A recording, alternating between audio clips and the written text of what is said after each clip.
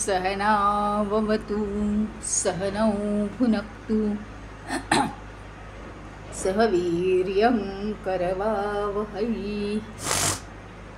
तेजस्विनावधीतमस्तु मा विद्विषावहै। ॐ शान्ति शान्ति शान्तिः। गुरुर्ब्रह्मा गुरुर्विष्णु गुरुर्देवो महेश्वरः गुरुरेव परं ब्रह्म तस्मै श्री गुरवे नमः।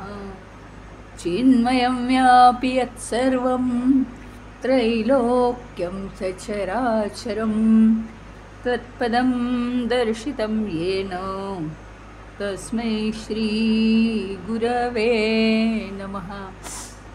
तस्मै श्री गुरवे नमः। आपण काल बघितलं भक्ती म्हणजे काय, मुक आस्वादनवत, म्हणजे मुक्यानेच त्याचा आस्वाद घ्यावा अशी ही भक्ती असते। जर ती शब्दात आली तर त्याचा आस्वाद खरा घेतला आहे असं म्हणताच येणार नाही आपल्याला। आता त्याच्या पुढचं सूत्र आहे प्रकाशते क्वापि पात्रे।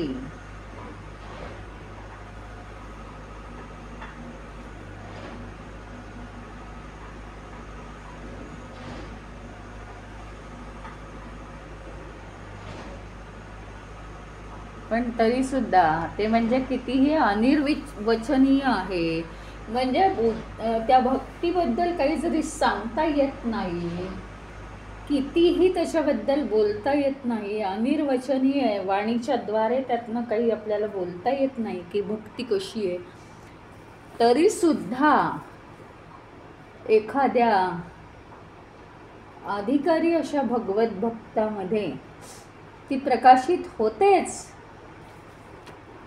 अभिव्यक्त होत असतेच ती, जरी तिच्याबद्दल बोलता येत नसलं तरी, असं हे सूत्र सांगतं। जो देह अतिशय सुपात्र आहे, योग्य आहे, त्याच्यामध्ये ती भक्ती काय होते, प्रकाशित होते। ती भक्ती आपल्यामध्ये प्रकाशित होण्यासाठी पहिली गोष्ट काय पाहिजे, अंतःकरण अतिशय शुद्ध पाहिजे। दुसरी गोष्ट काय पाहिजे, अहंकार जवळजवळ नाहीच, म्हणजे सगळं भगवंताला देऊन टाकलेलं आहे। कितीतरी गोष्टी जीवनामध्ये, ठीक आहे सगळं मान्य आहे, आम्ही करू ती पूर्व दिशा हे मान्य आहे, पण तरी सुद्धा कित्येक वेळा जीवनामध्ये काहीही करून फळ काही मिळत नाही, आणि कित्येक वेळा जीवनामध्ये काही न करता सुद्धा फळं मिळतात।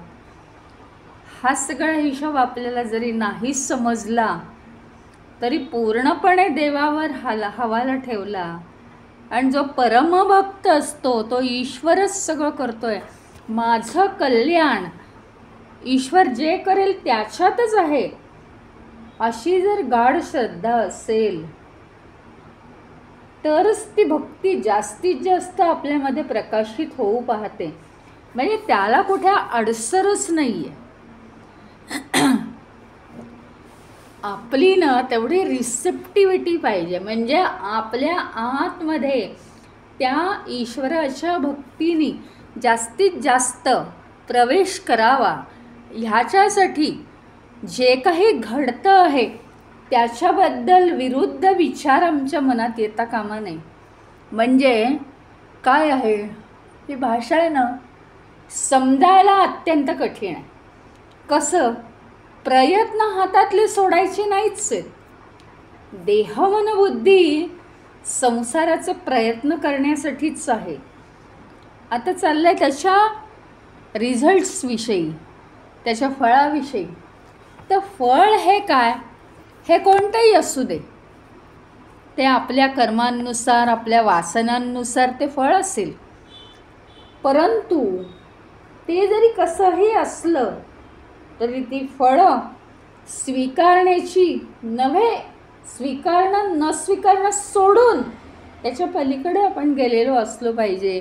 आणि शेवटी परमेश्वरावर श्रद्धा पाहिजे की जे काही घडतं आहे ते माझ्या कल्याणासाठी घडतं आहे. बस एवढी श्रद्धा पाहिजे.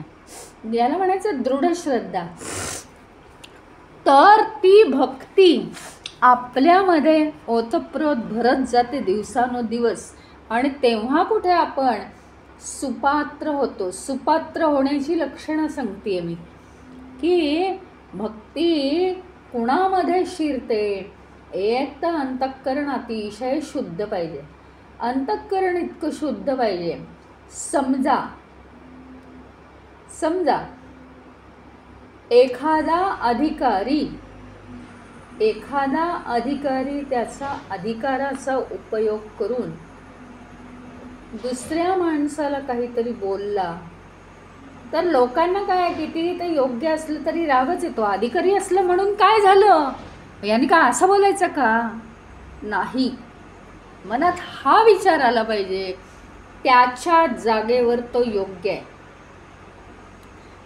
उदाहरणार्थ समजा आपल्याबद्दल त्याचा गैरसमज झाला असेल तर आपण असं म्हणू शकतो, नाही साहेब तुमचा गैरसमज झाला, मी असं केलं होतं. पण तरी त्याच्या अधिकारीपणाचं कौतुक आपल्याला मनातून वाटायला पाहिजे.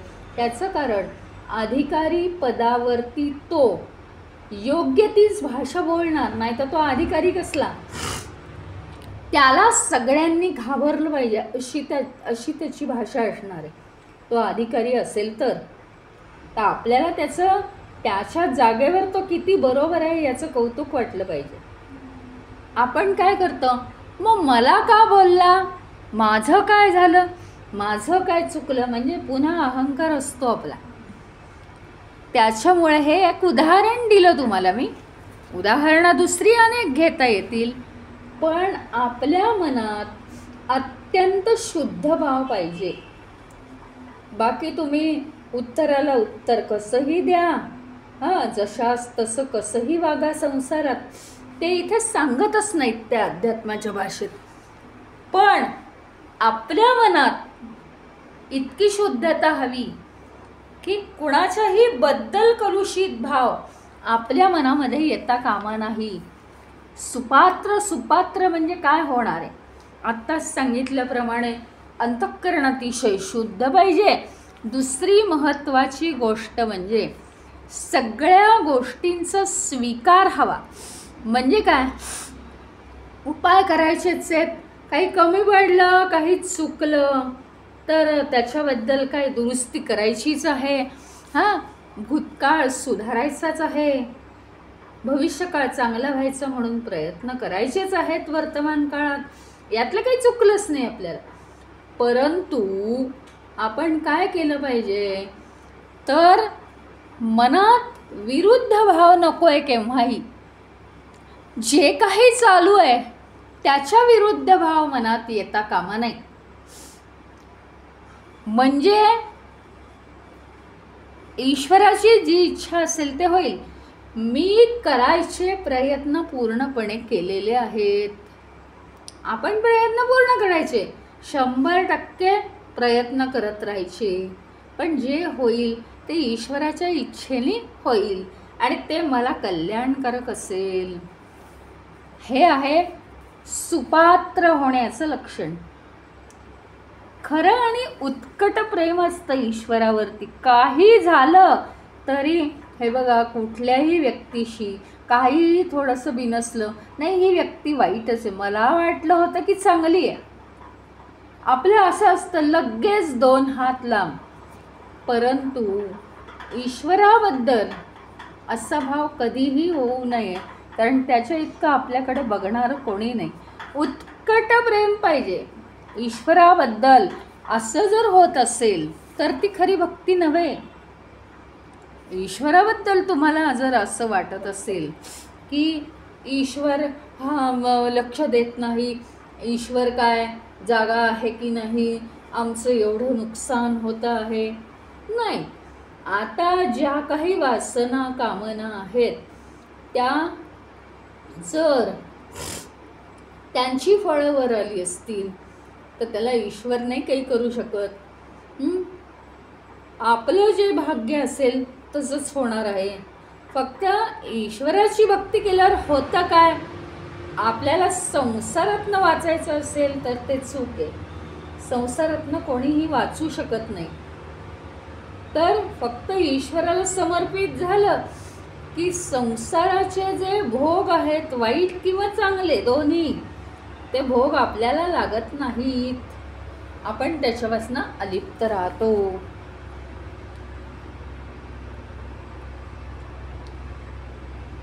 कुठलेही या जगातले जे अनुभव आहेत ते आपल्याला शब्दात सांगता येतात. मग ते कोणतेही अनुभव असू देत.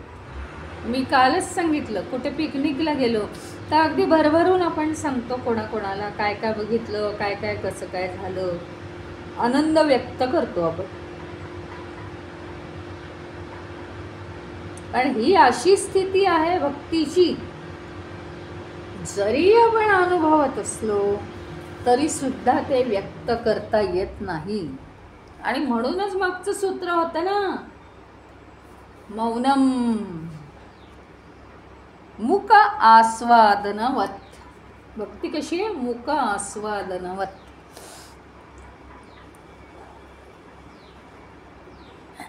पुन्हा एकदा कालची आठवण की जर मुक्या माणसाने मिठाई खाल्ली तर तो काहीच वर्णन करू शकणार नाही. फक्त तो म्हणेल तुम्ही खाऊन पहा, खून करून सांगेल.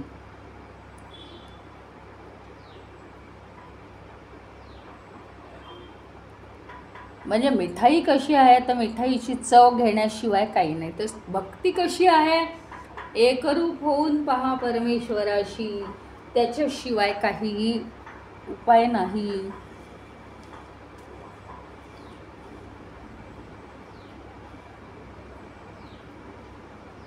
आणि फार कमी लोकांच्या अंतःकरणात अशी भक्ती ईश्वराची अभिव्यक्त होत असते.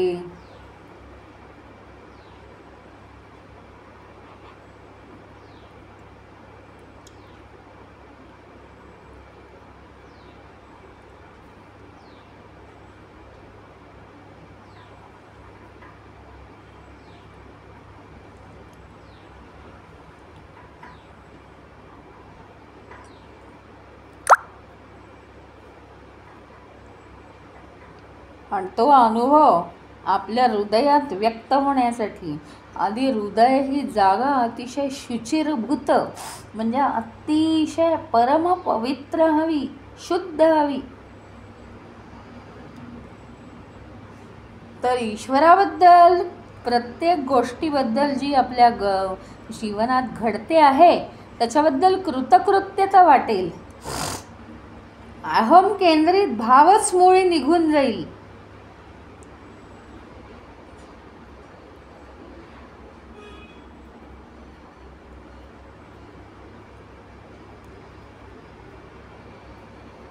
म्हणजे आपण आणि परमेश्वर काही वेगळे आहोत हा भावच हळूहळू नष्ट होतो. त्या परमेश्वराच्या प्रेमामध्ये आपण अगदी पूर्णपणे विरघळून जातो आणि स्वतःला विसरतो.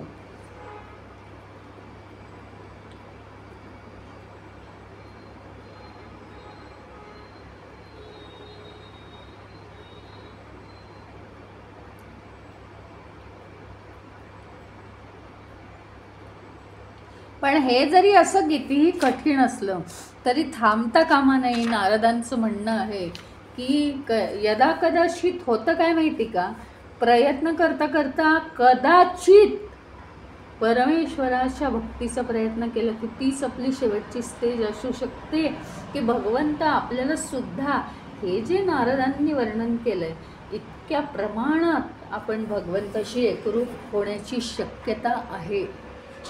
म्हणून प्रयत्न चालू ठेवावा. त्या असं काही ठरलेलं नाही आहे अजून 1-2-3 जन्म लागतील आम्हाला वगैरे. असं जे आपण म्हणतो की हे कठीण दिसतंय, आम्हाला काही शक्य नाही इतकी भक्ती करणं वगैरे, पण तसं काही नाही आहे. कारण ते गणित आम्हाला सोडवता येणार नाही आहे. आपण कुठल्या स्टेजला आहोत ते आपल्याला कळत नाही. यदा कदाचित हीच शेवटची स्टेज असू शकते.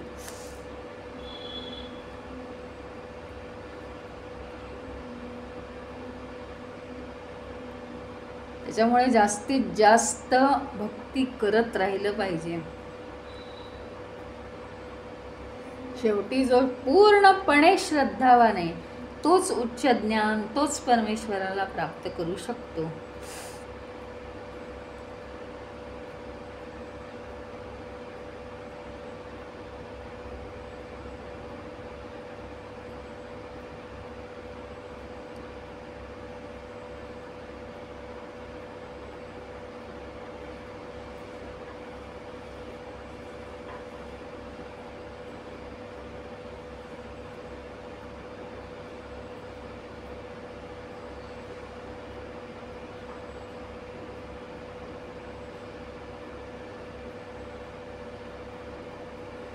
साधना करत करत श्रद्धा वाढते आपली. आणि जितकी जितकी भक्ती वाढेल त्याचं एक त्यांनी लक्षण दिलं आहे महत्त्वाचं, की त्याच्यामुळे आपल्या मनात परिपूर्तता झाली असं एक कृतकृत्य भाव येतो मनात. हे लक्षण आहे की भक्ती मिळाल्याचं.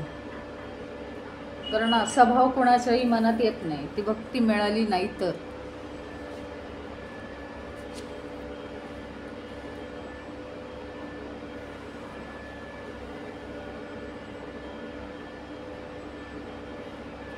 पुढच्या सूत्रामध्ये असं सांगतायत, गुणरहितं कामनारहितं प्रतिक्षण वर्धमानम अविच्छिन्नम सूक्ष्मतरम अनुभवरूपम. ही सगळी भक्तीची लक्षणं आहेत. कशी कशी आहे भक्ती ते सांगितलेलं आहे. गुणरहित आहे हे आपण आधीच्याही सूत्रात शिकलो की तो मनुष्य जो असतो तो गुणरहित होतो. म्हणजे त्याला सत्वगुणाचं सुद्धा महत्त्व शेवटी राहत नाही. की सत्वगुण परत सत्वगुणात माझा सत्वगुण आहे, मी चांगला आहे, माझी बुद्धी चांगली आहे, मी चांगला वागतो लोकांशी, म्हणजे मी आलोच ना. तर ते सांगितलंय त्यांनी की गुणरहितम म्हणजे गुणांच्याही पलीकडे गेलेला. त्याला गरज वाटत नाही असाच मला गुण पाहिजे, सत्वगुणच हवा आणि मला विद्वान व्हायचं लोकांमध्ये, असं नाही वाटत त्याला. कामनारहितम, कामनांचा त्याला दोष लागत नाही, तो कामनाच करत नाही. प्रतिक्षण वर्धनम, प्रत्येक क्षणी वाढणारी अशी जी आहे तिला भक्ती म्हणायचं. भक्ती कशा कशाला म्हणायचं. गुणरहितम म्हणजे नुसतं शुद्ध प्रेम, ज्याला अपेक्षा नाही कसली. वाईट वागलं म्हणून वाईट वागण्याची, चांगलं वागलं म्हणून चांगलं वागण्याची कसलीही ज्याला अपेक्षा नाही. कामनारहितम म्हणजे कामनांचा दोष सुद्धा ज्याला लागत नाही. प्रतिक्षण वर्धमानम, प्रतिक्षणी वर्धमानम म्हणजे वाढतो, वृद्धंगत होतो, प्रतिक्षणी वाढतो. अविच्छिन्नम म्हणजे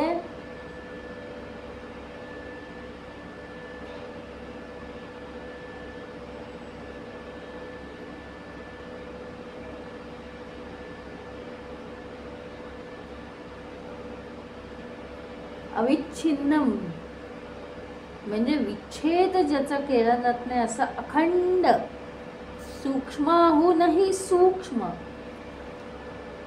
केवळ अनुभव असतो, केवळ अनुभव स्वरूप म्हणजे भक्ती.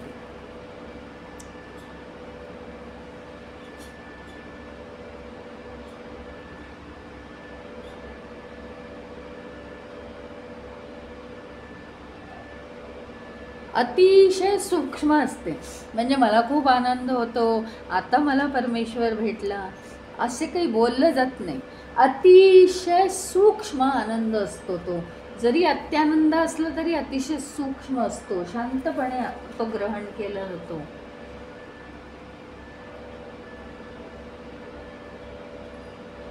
आता ही व्यक्ती कशी आहे ह्याच्यावर जास्तीत जास्त प्रकाश टाकण्यासाठी हे सूत्र आहे.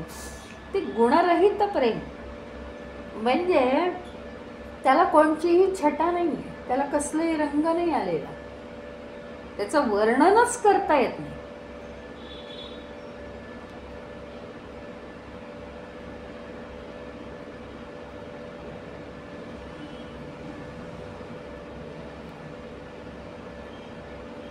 पूर्णत्वाचं हे प्रेम जे आहे ते ज्ञानाच्या सुद्धा पलीकडचे. एखादं ज्ञान झालं की आपल्याला आनंद होतो, त्याच्याही ते पलीकडचे शुद्ध प्रेम आहे. शुद्ध तादात्म्य ईश्वराशी, म्हणजे ईश्वराशी तादात्म्य होतं, पण काही स्वार्थीपणा करण्यासाठी नाही. तर शुद्ध तादात्म्य, फक्त बस मला हवा ईश्वर, असं शुद्ध तादात्म्य, कोणतीही अपेक्षा नसते.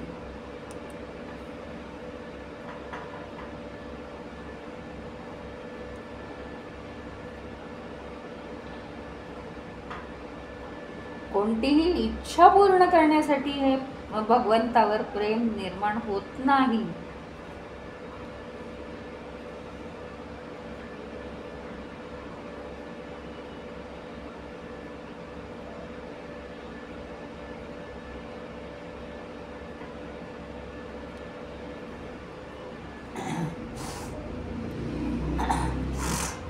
ही भक्ती म्हणजे प्रेम परमेश्वरावर इतकं उदात्त असतं की सर्वसामान्य जे आकलन आहे प्रेमाबद्दल ते अगदी फारच खालच्या पद्धतीचं आहे.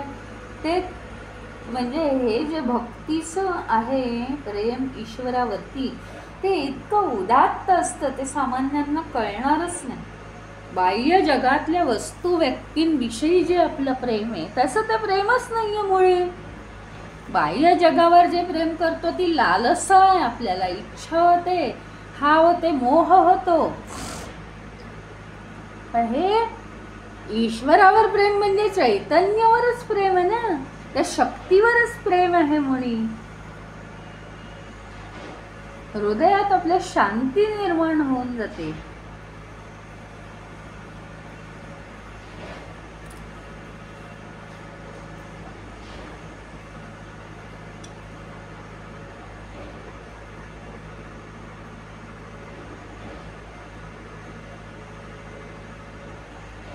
त्यामुळे हे प्रेम शांतचित्तता निर्माण करतं, कायमची प्रक्षोभ निर्माण होतच नाही.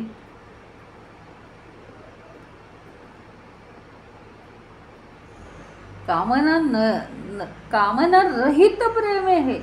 नुसतं प्रेम, काय अर्थच नाही त्याला, म्हणजे काही कारणच नाहीये त्याला. म्हणजे जी जाणीव असते, ज्या जाणीवेने मी मी मी म्हणतो, मला देह म्हणजे मी म्हणतो, ती जाणीव सुद्धा राहत नाही, इतक्या आपण ईश्वराशी एकरूप होतो.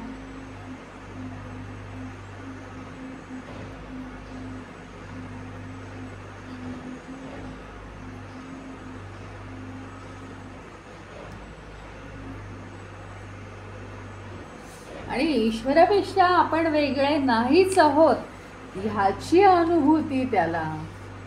तीनही अवस्थात, म्हणजे जागृत, स्वप्न आणि सुषुप्ती, अशा तीनही अवस्थात झोपल्यावर सुद्धा त्याला ही ईश्वराची अनुभूती येत राहते.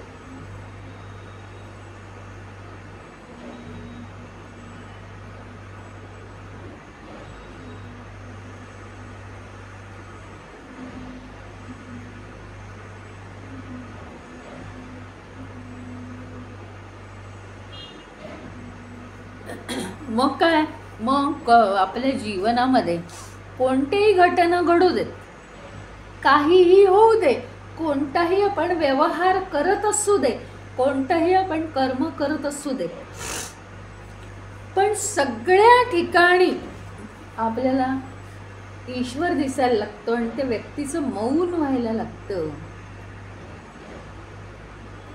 म्हणजे ईश्वराविषयीचं जे हे तादात्म्य आहे हे तैलवत धारेप्रमाणे व्हायला लागतं. अखंड वाहत जातंय प्रेम. सगळ्या घटना परिस्थितींमध्ये हे ईश्वराचं वरचं प्रेम कधीही ढळत नाही, कमी जास्त होत नाही.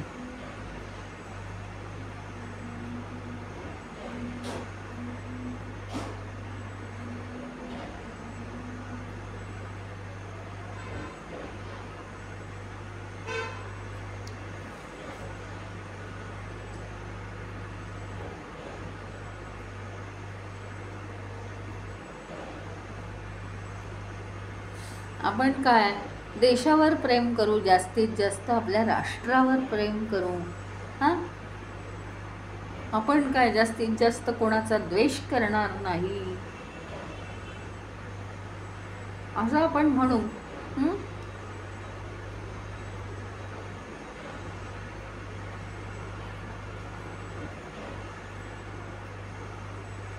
हे सगळं सर्वसामान्य झालं, पण ईश्वरावर प्रेम करणं हे असामान्यत्वाचं लक्षण आहे.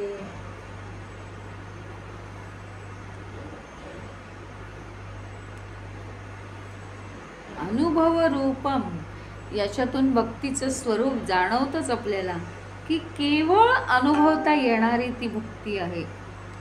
आणि तो अनुभव म्हणजे इतका आनंदी आनंद आहे की तो आपल्याला आपल्या वाणीने सांगता येत नाही, आपल्या उपकरणांद्वारे आपल्याला तो पाहता येत नाही, ऐकता येत नाही, का सांगता येत नाही.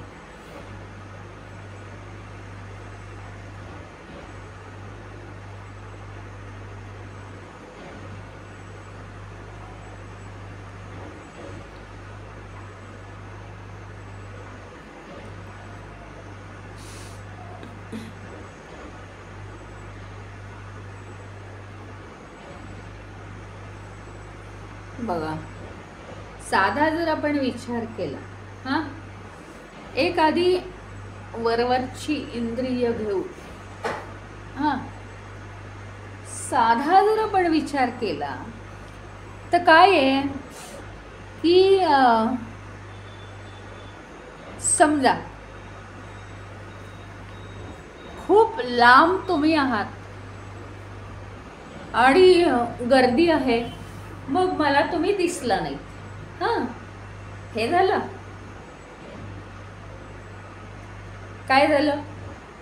किंवा माझ्या चष्म्याला धूळ लागली आहे, त्याच्यामुळे मला तुम्ही दिसला नाही, किंवा धुकं आहे, वादळ आहे, मग मला तुम्ही दिसला नाही. बरोबर आहे. पण तीच गोष्ट दुसरी घ्या, माझ्या हृदयामध्ये वादळ आहे, माझ्या मनामध्ये विचारांचं धूर साठलाय, मी कोणते निर्णय नाही घेऊ शकत आहे, मनामध्ये गोंधळ विचारांचा. अशा अवस्थेत मला परमेश्वर दिसेल कसा? तो दिसण्यासाठी कसं पाहिजे? मन शांत तर पाहिजे, पण चष्म्याला धूळ लागली तर जसं दिसत नाही तसं मन जर भरलेलं असेल वाईट विचारांनी, हा, गडबडून गेलं असेल तर कसं दिसणार? कसं परमेश्वराची अनुभूती कशी येईल त्याच्यातनं, त्याच्याद्वारे? हाही एक मुद्दाच आहे ना.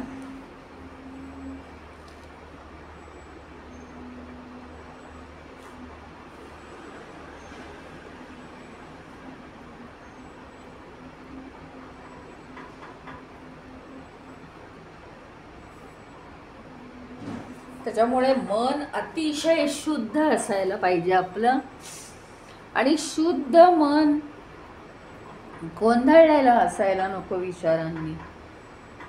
त्या ईश्वरापासून त्या परिच्छिन्न होता कामा नये, वेगळं होता कामा नये.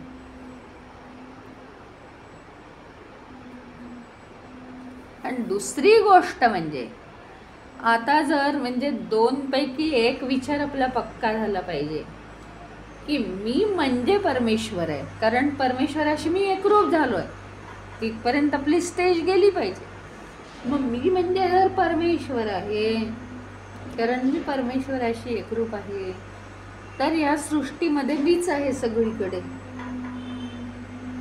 मग दुसरा अनुभवच नाही, हे वेगळं ते वेगळं असं काहीच नाही.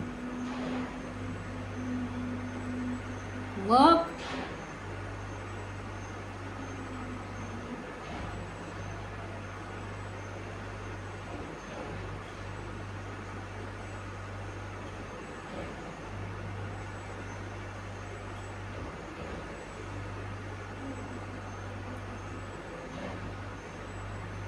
ईश्वराशिवाय जर दुसरं या विश्वामध्ये काही नाही, तर ईश्वराशिवाय जर काही नाही तर कोणाचा द्वेष करणार? सगळीकडे ईश्वर आहे. किंवा एक समज असा पाहिजे की ईश्वराशी मी एकरूप झालो म्हणजे मीच आहे सगळीकडे, मीच सगळीकडे. तर मग मी माझा द्वेष करू शकणार आहे का? ही समज आपल्याला यायला हवी.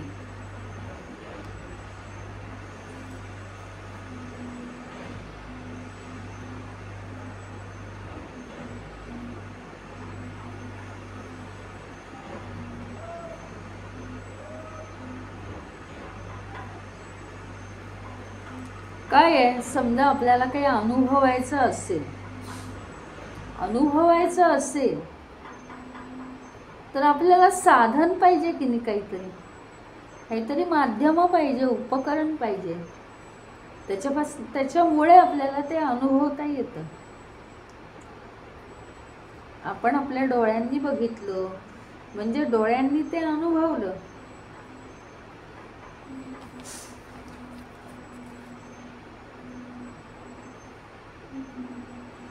म्हणजे आपल्या देहाच्या इंद्रियांनी आपण कोणाला तरी ऐकतो किंवा आपण कोणाला तरी पाहतो,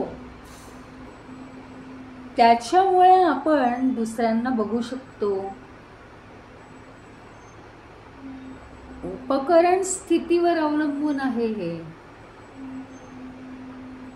पण भक्तिप्रेम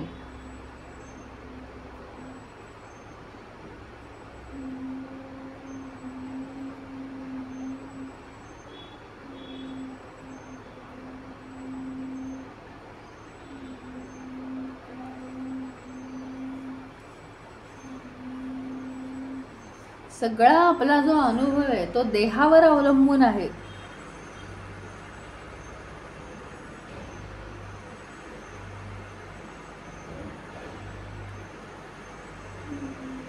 पण भक्तिप्रेम हा जो अनुभव आहे तो देहामुळे होत नाही.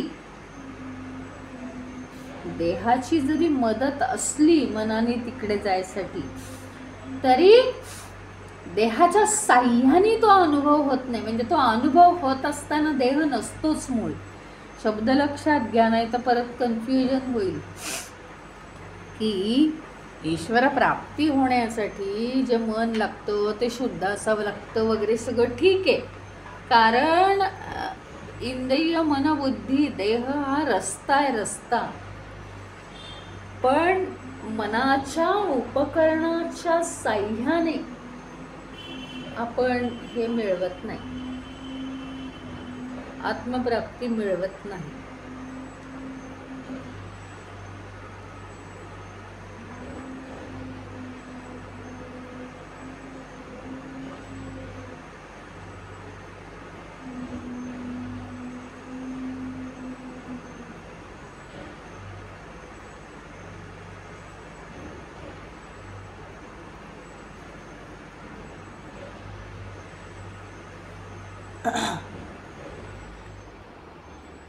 ज्या क्षणी आपल्याला भक्ती प्राप्त होते त्या क्षणी आपलं देह आपला कार्यरत नसतोच, म्हणून देहाच्या साह्याने भक्ती प्राप्त होत नाही.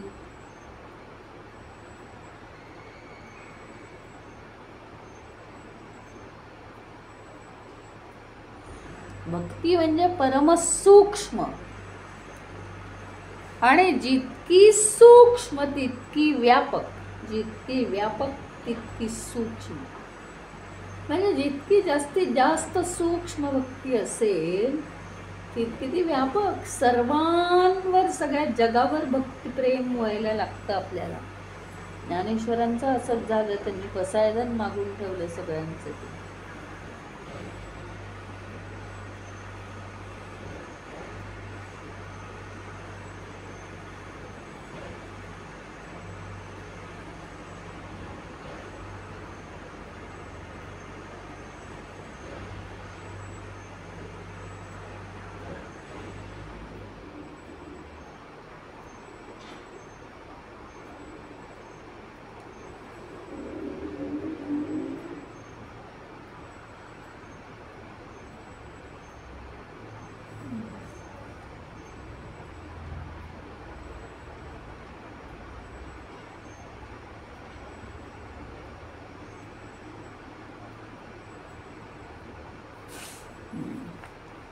आता हे सूत्र इथे जवळजवळ संपलेलं आहे. आणि काय होतं, एकदा जर भक्ती प्राप्त केली तर ते बिघडवायला तिथं कोणी नसतंच. मन तर शिल्लकच नाही राहत, देहाची जाणीवही निघून जाते. त्याच्यामुळे भक्ती प्राप्त झालेली जी आहे त्या भक्तीमध्ये जर आपण सतत राहिलं तर तिथं कोणीच नसतं त्याला बिघडवायला. तर आपण आणखीन जास्तीत जास्त वेळ त्याच्यात राहू शकतो संपूर्णपणे. आता तादात्म्य हा जरी शब्द चुकीचा असला तरी संपूर्णपणे ईश्वराशी तादात्म्य पावणं हेच मुळी महत्त्वाचं आहे. हेच महत्त्वाचं आहे. हीच भक्ती असते, हीच भक्ती होते परमभक्ती म्हणजे.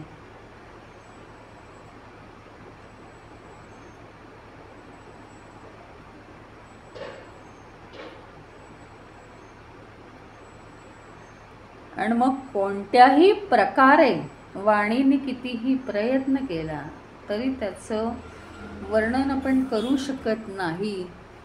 ती अगदी कशी असते भक्ती, तर म्हणे प्रतिक्षणम वर्धमानम.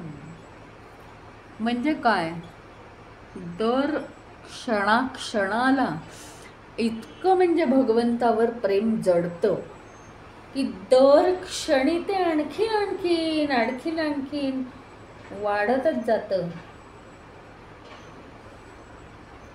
अगदी मनापासून ते प्रेम होतं.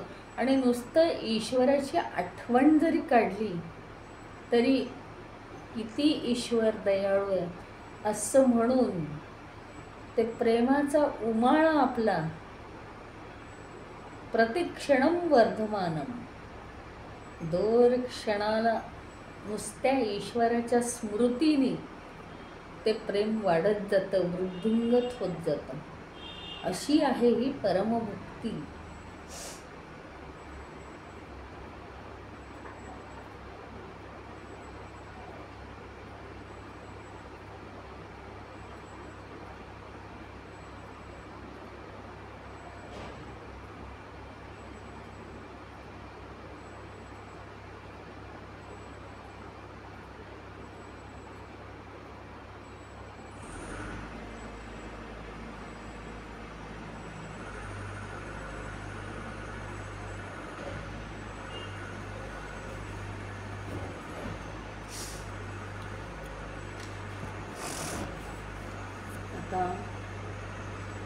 पुढच्या सूत्राला थोडीफार सुरुवात करून ठेवणार आहे, पण आता जरा महत्त्वाचा भाग आल्यामुळे ते काही लवकर संपणार नाही आहे. तत्प्राप्य तदेव अवलोकयति, तदेव शृणोति, तदेव भाषयति, तदेव चिंतयति. चिंतयति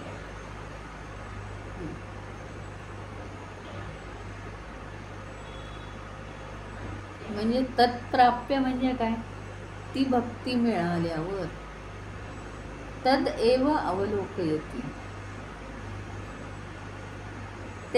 तीच भक्ती केवळ मनुष्य अनुभवतो एकदा का प्राप्त झाली तर. तद एव शृणोती, केवळ त्या भक्तीबद्दलच तो ऐकतो, सारखं श्रवण करतो.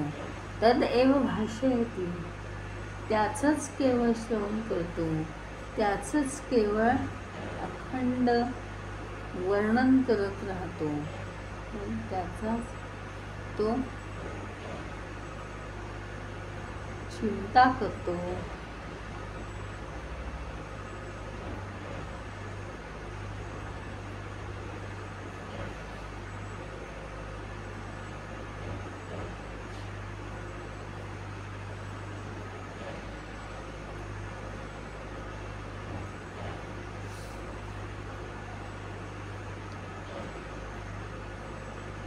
केवळ भगवंताचे चिंतन, केवळ भगवंताचं चिंतन त्याला प्राप्त करून केवळ तो ईश्वरच अनुभवायचा, त्याचंच श्रवण करायचं, त्याचंच मनन करायचं, त्याचंच वर्णन करायचं आणि त्याचं चिंतन पण करायचं मनामध्ये, असं या भक्ताचं चालू होतं.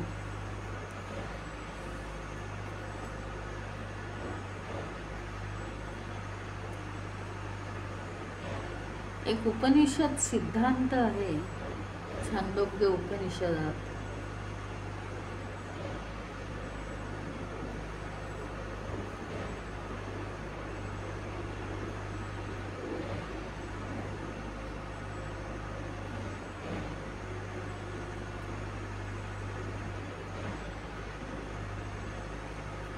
जिथे तुम्ही परमेश्वराशिवाय काही पाहू शकत नाही, तिथं दुसरं काही ऐकू शकत नाही, त्याच्याशिवाय कशाचंही तुम्हाला ज्ञान होत नाही, कशाचाही अनुभव होत नाही, या अवस्थेला भूमा म्हणतात. भूमा हे छांदोग्य उपनिषदच सांगितले.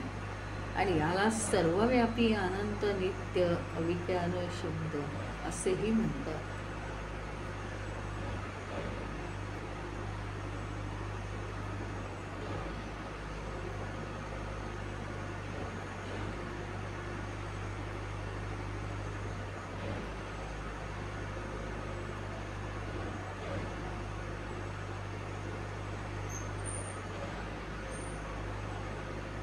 भूमा म्हणजे सर्वव्यापी अनंत नित्य ब्रह्मच पाहायचं म्हणजे भूमा अवस्था, असं छांदोग्य उपनिषदामध्ये म्हटलेलं आहे. त्याचंच सतत श्रवण होतं, त्याचंच मनन होतं, त्यालाच आपण पाहतो, त्याचंच ज्ञान होत राहतं. नित्य अनित्य यांच्या पलीकडे गेलेलं ज्ञान होत राहतं.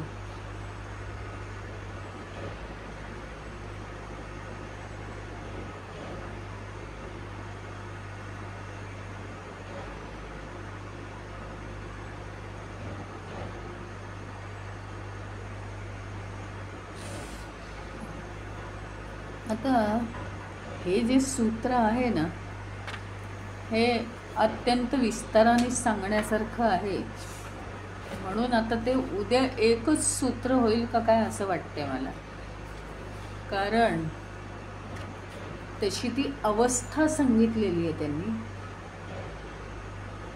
ताला तत्प्राप्य म्हणजे ती भक्ती प्राप्त झाल्यावर तद एव अवलोकयती, तेच आणि तेच केवळ तो अवलोकन करतो, म्हणजे बघतो, श्रवण करतो, सगळीकडे त्याला ईश्वरच दिसतो. तद एव शृणोती तद एव भाषयती, सारखं तो तेच तेच कौतुक ते ईश्वराबद्दलच बोलतो. तद एव चिंतयती, आणि केवळ तो त्याचाच विचार करतो. तर हे कसं काय होतं त्याच्या हातून, हे तो कसं करतो, म्हणजे काय त्याला अनुभव येत असावा, ह्याच्याविषयी आपण सविस्तरपणे आता उद्या ऐकणार आहोत. आज इथे आपण थांबूया.